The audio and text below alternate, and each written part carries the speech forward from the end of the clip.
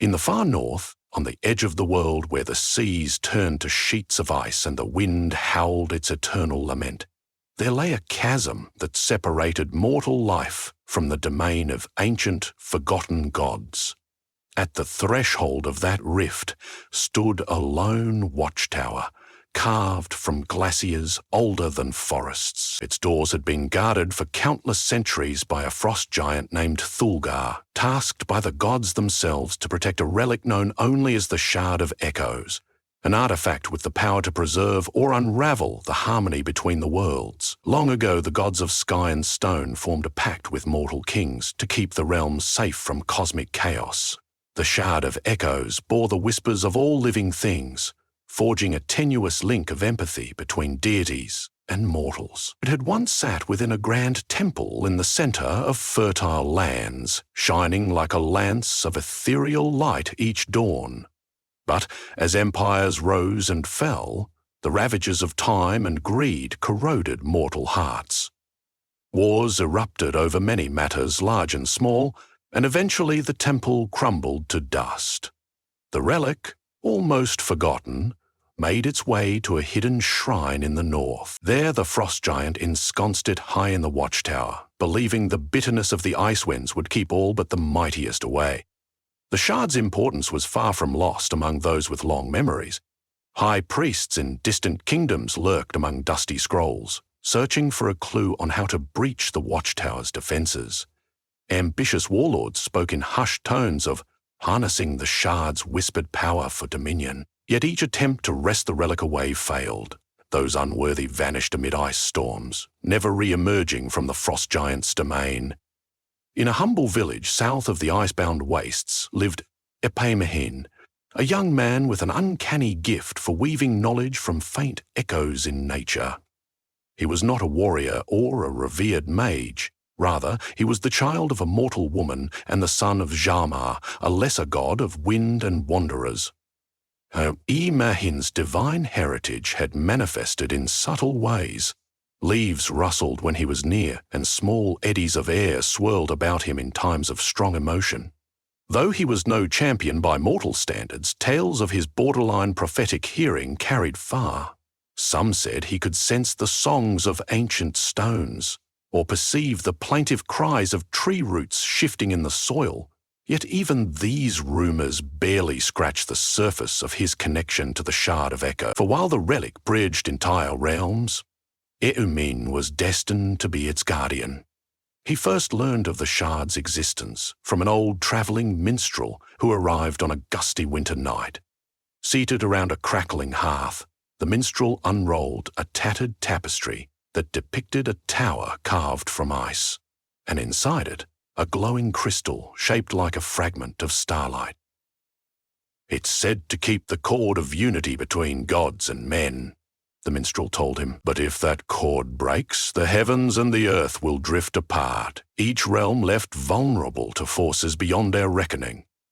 Entranced, Epaimahin listened as the minstrel recounted how the frost giant swore an oath to defend the relic with his life, an oath that could only be overridden by one who truly understood the shard's voice. When Epaimahin asked who that might be, the minstrel's keen eyes flicked to him, a small smile touching the corners of his lip. "There are whispers," the man said, "that only one who stands with one foot in each world, mortal and divine, can claim that right. Follow your calling, lad. The relic's not meant to be forgotten." In the weeks that followed, Epaimahin found himself haunted by flurries of half-heard murmurs. On cold nights, whether drifting off to sleep or walking past the shard of old oak trees, he felt the faint chord of the shard singing somewhere in the north. These echoes stirred his heart with equal parts fear and wonder. Though life in his village was simple and secure, the relentless beckoning of that distant power made it impossible for him to stay. With little more than a cloak, a small staff, and a satchel of hard bread, Elheim departed from his home, resolving to answer the call. He travelled first through rolling hills and dense evergreen forests. Winter's chill had yet to fully grip these places, but the higher Hemian climbed, the colder the air became, and the more frequently he heard the shard's faint pulse. At times it was gentle, like an echo through a canyon. At others it hammered against his mind, as if warning him that each step carried him ever closer to a trial he could not avoid. Days turned into weeks as he pressed onward. He crossed the threshold into a tundra of black ice, where the wind cut across his skin like sharpened flakes of glass. Snow cloaked the world in a sinister hush, creating illusions of movement in the corner of his eye. The sun rarely broke the thick clouds, and only the phantom glow of the aurora gave a hint of colour. Still, Heman-Hin's steps never wavered. When storms assailed him, he found refuge in small caves or the lee side of jagged cliffs. Sometimes, ghostly voices urged him on, whispering that destiny was rarely a warm or gentle path. Eventually, he came to the foot of a monumental glacier that served as a natural barrier around Thulgar's watchtower. The wind screamed through the chiseled passages between crags of ice. Trespassers' footprints were nowhere to be seen in that timeless realm of frost and stone. Yet Emihan found a narrow path that snaked up the steep slope, guided by vibrations of power emanating from the top. With every step, the presence of the shard washed over him in resonant waves. He arrived at the watchtower's base, a spire of crystalline ice shining beneath a pale sky. Worn runes of interlocking shapes glistened in the surface, perhaps left by the cunning hands of ancient dwarves or giants. Before he could trace the carvings, a low rumble from deep within the structure shook the frozen ground. The great door of the watchtower cracked ajar, releasing an icy gust that stung his face. From within emerged Thulgar, the frost giant, crouching low to pass through the arched threshold.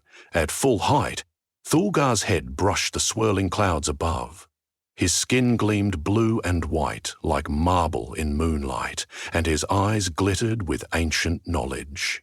"What mortal dares approach my watch?" The giant's booming voice echoed, causing the walls of ice to vibrate. In his colossal fists lay a star fashioned from serpentine ice, crowned with a chunk of frozen lightning. Snow flurries spiraled around him, as if alive, eager to serve their master. "I smell the blood of gods upon you. Speak!" Emin swallowed hard.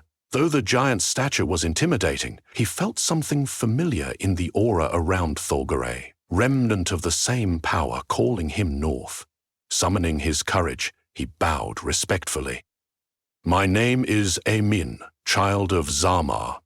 I come for the Shard of Echoes, which you guard." With a trembling voice, he explained all that he knew, how the relic bound gods and mortals. "It calls to me, and I cannot stay away. Please allow me to see it." For one heavy moment, the giant did not speak. Then he threw back his head in a thunderous laugh. "Ha! You think me a mere gatekeeper who ushers travelers to gaze upon the relic? Have you not heard how many have tried and failed? I must test your intentions, half-deity." Thulgar lowered his staff, pointing the frozen lightning at Emhin's chest. "If you truly are chosen, the shard will judge you worthy. But if it finds no truth within you, I will scatter you to the winds." Despite the giant's ominous warning, Emhin nodded. He sensed no malice in Thulgar's words, only a kind of sober duty. "What must I do?" he asked. "Enter the tower. Pass 3 trials, the trial of sight, the trial of heart, and the trial of sacrifice. Succeed, and the relic itself will beckon you to claim it. Fail, and your quest ends." Thulgar's gaze flicked down to examine Emin, measuring the young man's resolve. "Know this, I am prepared to release the shard if fate so wills it. But the moment you enter, the tower's wards decide whether you stand or fall." With that, the giant tapped the ground thrice with his staff. The giant door opened wider, revealing a yawning interior swirling with wind-blown frost. Shadows flickered inside as if the walls themselves were alive. A pulse of energy swept across Imhane's skin the instant he crossed the threshold. He sensed hidden watchers, unseen presences older than any mortal myth.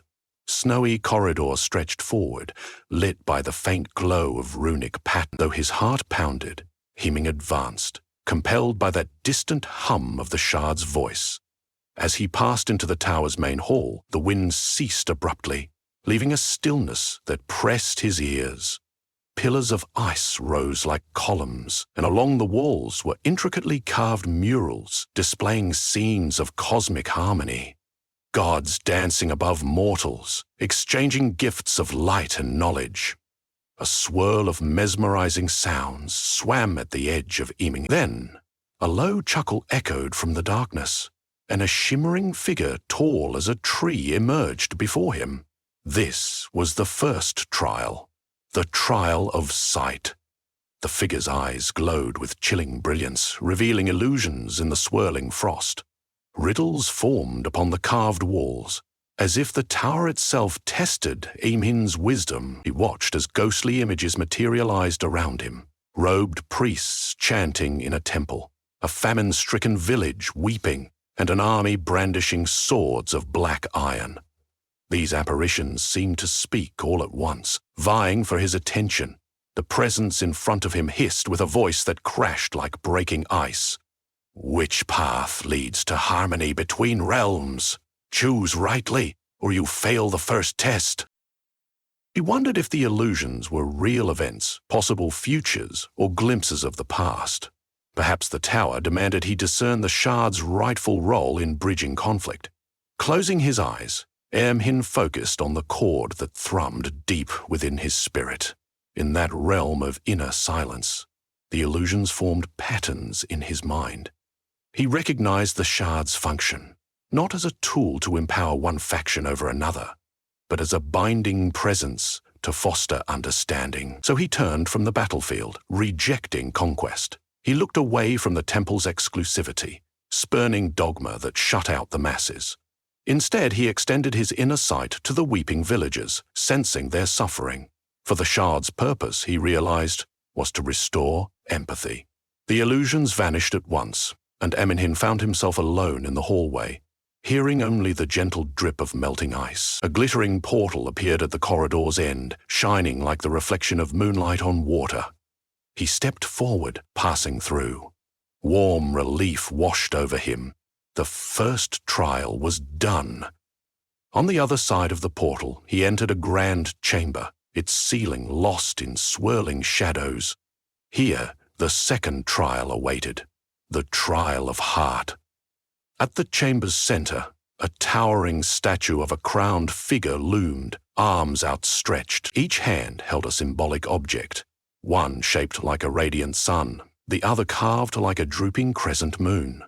The statue's face was obscured by a deep hood of ice. A phantom voice resonated. "Your heart's loyalty must be tested. Where do you place your devotion? Show the sincerity of your desire to bridge the realms, or fail." The statue's hands moved. One hand with the sun likeness beckoned, representing the realm of the god's power, immortality, cosmic knowledge. For the other hand, the crescent moon represented the mortal realm for night life, fleeting love, and fragile hopes.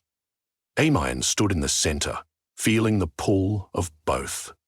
As a son of a god, he could ascend to the heavens and partake of their endless might, living as an immortal who might shape the destiny of men. Yet the mortal half of him ached for home and the quiet joys of hearth and companionship. He remembered his mother's gentle lullabies in that sleepy village, how she'd taught him to value even the simplest wonders, a blooming spring flower or the crisp night air after a summer storm. He could not abandon the realm he was born into, with all its faults and frailties. Simultaneously, he could not spurn his father's heritage and the potential to protect those in need from a vantage that few others could claim. The question was not which realm to choose, but how to hold both in balance. In answer, Heming turned to the statue and gently touched both hands, sun and moon alike. "There can be no true bridge if I favor one world to the detriment of the other," he said. "I offer myself to unite, not to divide." For a moment, nothing happened, and uncertainty rattled his heart. Then the statue glowed from within, cracks of light weaving across its gleaming surface. The entire chamber quaked, and from within the statue's hood 2 beams of light, one golden, one silver, poured forth. They converged into a single shining stream that enveloped Eamon in radiant luminescence. A gentle warmth filled his body with renewed purpose. The second trial had yielded to his choice. He turned to see a smaller door behind the statue open with a creak. Beyond it, stairs spiraled upward into the tower's highest reaches. The final test, the trial of sacrifice, awaited overhead. With each step up the winding staircase, a chorus of whispers in the air grew more potent, as though encouraging him. These voices, he realized, were echoes of past guardians, mortals, and gods who had once approached the shard, each leaving behind a fragment of their essence in the tower's walls. Some had come with pure hearts, some with darkness. Each had defined the tower's trials in their own time. The stairs ended in a small circular chamber just below the tower's pinnacle. At the center lay a raised dais of ice, upon which the Shard of Echoes hovered in silent splendor. Its crystalline form crackled with shimmering fractals that pulsed like a heartbeat. Surrounding it were inscriptions in a language older than mortal speech. Eamon stepped forward, breath catching in his throat. Here was the power that bound realms, yet, if abused, it could tear them apart. In that moment, Thulgar emerged from a hidden alcove. He seemed small. For though still colossal, he lowered himself to sit on a carved seat of ice. His normally fierce gaze was replaced by a stern, resigned calm. "You've passed the first 2 trials," he said, "but only this final test will reveal your true worth. The shard demands a personal offering, something precious. You must give up to prove you will not misuse its power. If your sacrifice is accepted, the shard becomes yours to bear. If not, the tower's oath remains unbroken." Eamon approached the dais. He felt the relic's voice singing to him, beckoning him to guide it back into the mortal world in hope of renewing harmony. But sacrifice was required, a final sign of devotion. What did he hold so dear that forfeiting it would prove his sincerity? Memories coursed through his mind. The face of his mother, the songs he used to sing at the village gatherings, his identity as a traveler between worlds. Then he realized something heavy in his heart. He had hoped to remain free to return to the village, living simply. When his task was done, but bridging the realms might demand that he forsake that simple destiny, accepting a greater burden. Kneeling, he pressed his palm against the dais. "I offer my life's freedom to roam as I wish," he said quietly. "In accepting the shard, I commit to the ever-watchful guardianship it demands. My path will no longer be mine alone. I will be in service to the relic, to keep it safe and keep the bond alive between gods and mortals. That is my sacrifice." As soon as the words left his lips, Eamon felt a surge of energy. The shard flashed, bathing the chamber in pure radiance. In that blinding light, he sensed his entire future shift. No longer would he travel simply for the sake of curiosity. His journeys would be overshadowed by duty. He'd become a living link, an unceasing scent. A tranquil pang seized his heart for the life of ordinary joys he would lose, yet he felt an overwhelming sense of rightness, as though the cosmos itself turned in harmony with his choice. When the light receded, Eamon still knelt, hand outstretched. The Shard of Echoes hovered mere inches from his palm, a radiant presence as fragile and perfect as a snowflake glimmering in sunlight. Slowly, it drifted into his grasp, and he felt its subtle warmth meld with his own heartbeat. Even the wind outside the tower went quiet, as if bowing to this moment of transformation. Thulgar rose, his eyes shining with an emotion Eamon could only describe as relief. "At last," the giant rumbled, "the shard has found its new keeper. From the day I took my oath, I have waited for one who truly hears the world's voices, one worthy of this burden. My watch has ended." He lifted his staff and struck the floor, causing the dais to split and dissolve into drifting flakes of light. "Take the relic. Guard it well. Preserve the bond that keeps the heavens close to mortal hearts. That bond might stretch, but it must never break." The frost giant then guided Ihin to the tower's summit.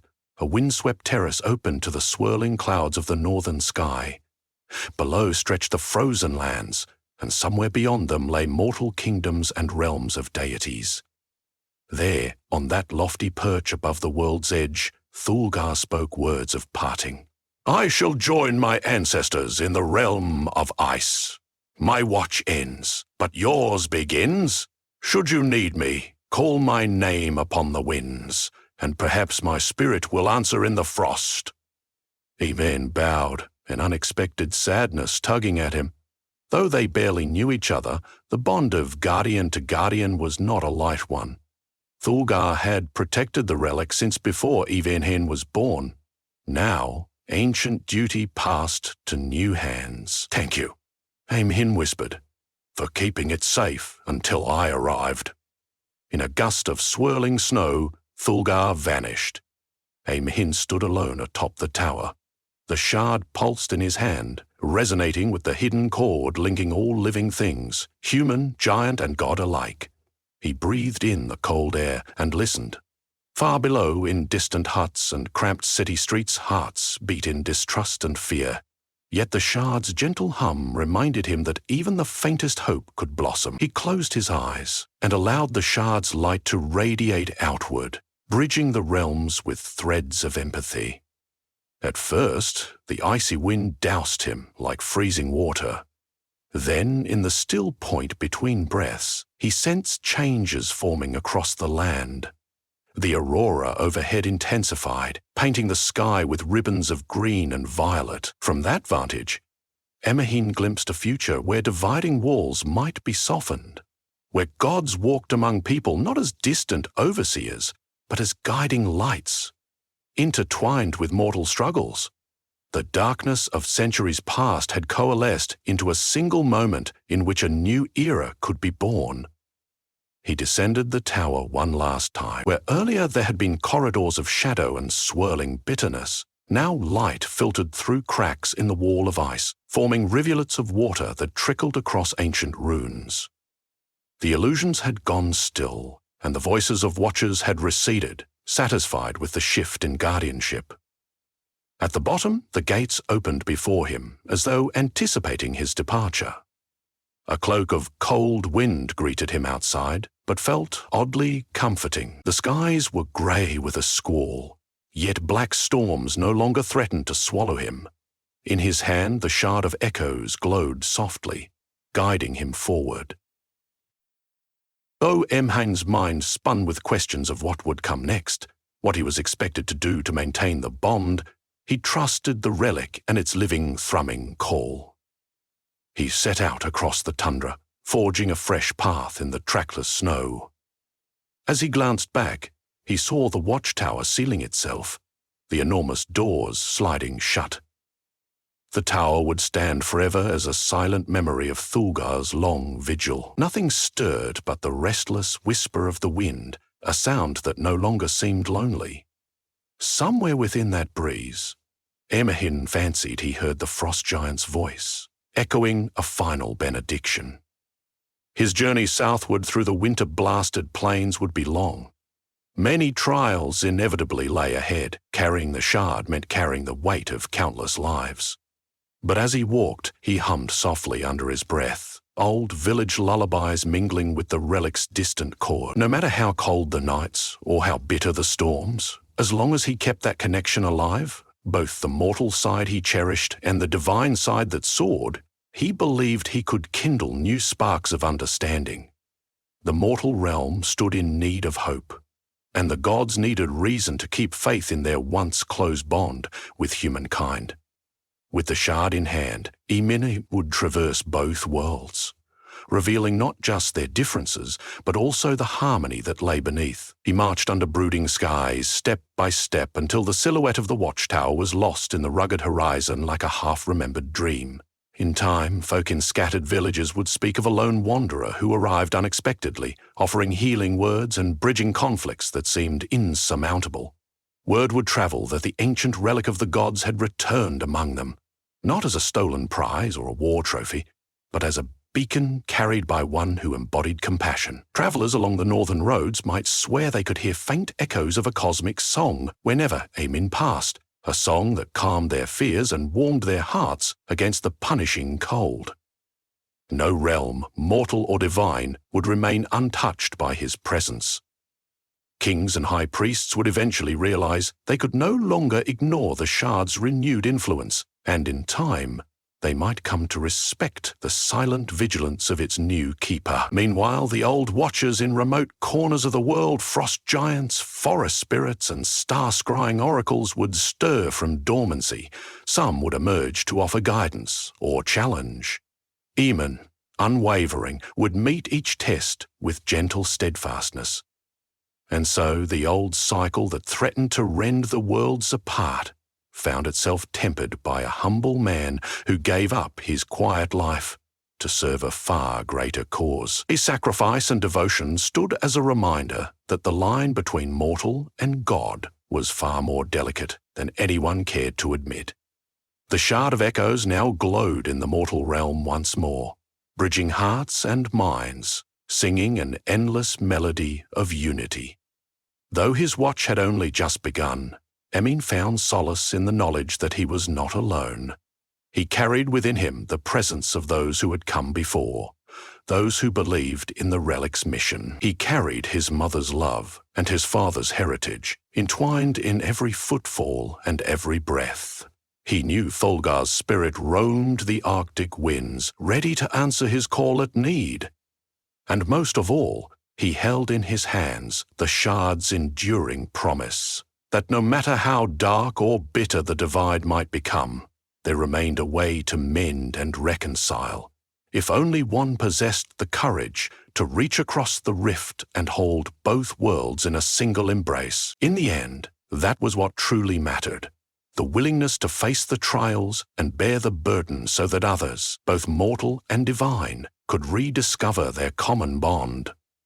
And in that embrace of worlds, Ymir walked onward, a new guardian for a new age, led ever forward by the glowing promise in his hand.